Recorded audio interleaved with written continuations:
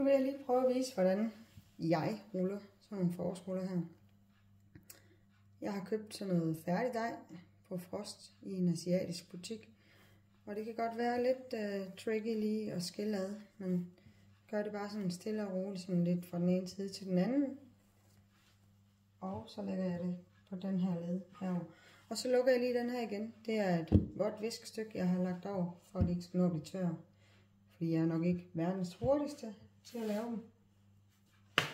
Jeg har stegt det her fyldt på panden. Det skal jeg nok lægge en opskrift op af. Så tager jeg det. Og så tager jeg cirka 2 spiseskeer, fordeler det lidt. Og så tager jeg fat i hjørnet her, lægger op, og så trækker jeg lige sådan tilbage, så den strammer lidt op. Og så tager jeg siderne ind. Så er det jo lige med at få dem rullet pænt.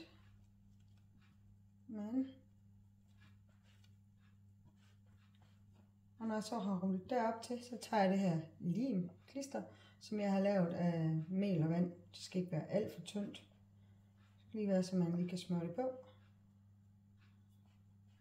Og så ruller man færdig. Så ser den sådan her ud, og jeg har lavet dem her indtil nu. Og skal selvfølgelig lave dem her, og så ser jeg lige, hvor langt jeg når med de her, hvor mange der er tilbage. Men det gode ved dem, det er dem her. Det gode ved dem, det er, at man kan fryse dem igen. Jeg tager dem op i fryseren sådan en halv time til en time, før jeg skal bruge dem.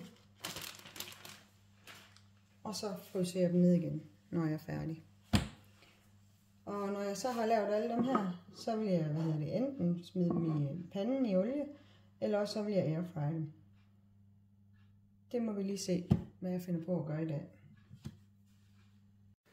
Jeg fik 25 ud af den portion, jeg havde lavet. Jeg er egentlig meget tilfreds. Jeg synes, at de blev meget fine og ensartede.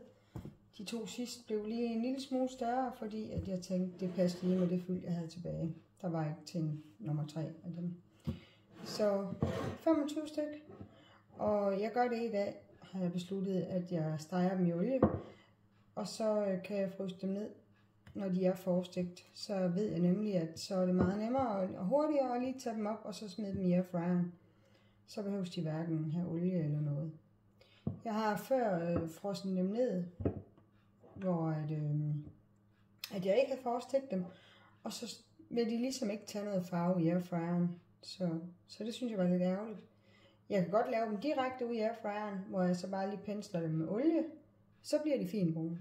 Så det kan man selv vælge, hvad man vil.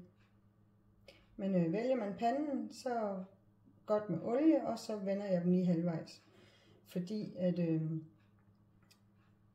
nej, det var sådan set det, jeg vil sige. Undskyld. Det jeg vil sige, det var, at de skal jo kun lige steges, til de er gyldne og sprøde. Og jeg vender dem, som sagt, halvvejs. Og grunden til, at de ikke skal stege så længe, det er jo selvfølgelig, at fyldt ind i, det er jo sådan set færdigt. Det har jeg brugt på panden først, eller stik på panden. Så de skal bare steges i olien, til de er gyldne og sprøde.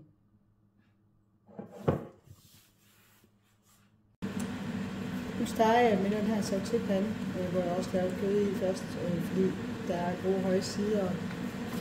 Og når jeg så har stegt dem, så smider jeg dem lige op i sådan en sigte hen over en skål, så de lige kan dryppe lidt af. Og så har jeg gjort det, så lægger jeg dem over i en fad, så fortsætter jeg så, indtil jeg er færdig. Jeg steger dem på 7-8 stykker, og det svarer sådan cirka til 180 grader. Jeg justerer lige lidt op og ned, når jeg lige fylder panden op igen, skruer jeg lige op, så den kan komme op i temperatur, og så skruer jeg ned igen. Så bliver de stegt alle sammen. Og så er det jo bare at vælge, hvad man gerne vil have til. Nogle bruger remoulade, andre chili mayo, nogle bruger sød chili sauce, og jeg er helt klar til den sidste her. Jeg skal helt klart have soja i rullen. Og så laver jeg gemte lige det her gulerod og hvidkål fra da jeg skulle lave fyldt. Og det laver jeg simpelthen en salat af, hvor jeg laver sådan en lynsyltning, kalder jeg det, til den. Og jeg bruger æbleeddike og sukker og masser af frisk kværnepeber. Og så marinerer jeg det her kål og får det sådan lidt syrlige og friske modspil til den her lidt fede sag. Så ja, velbekomme.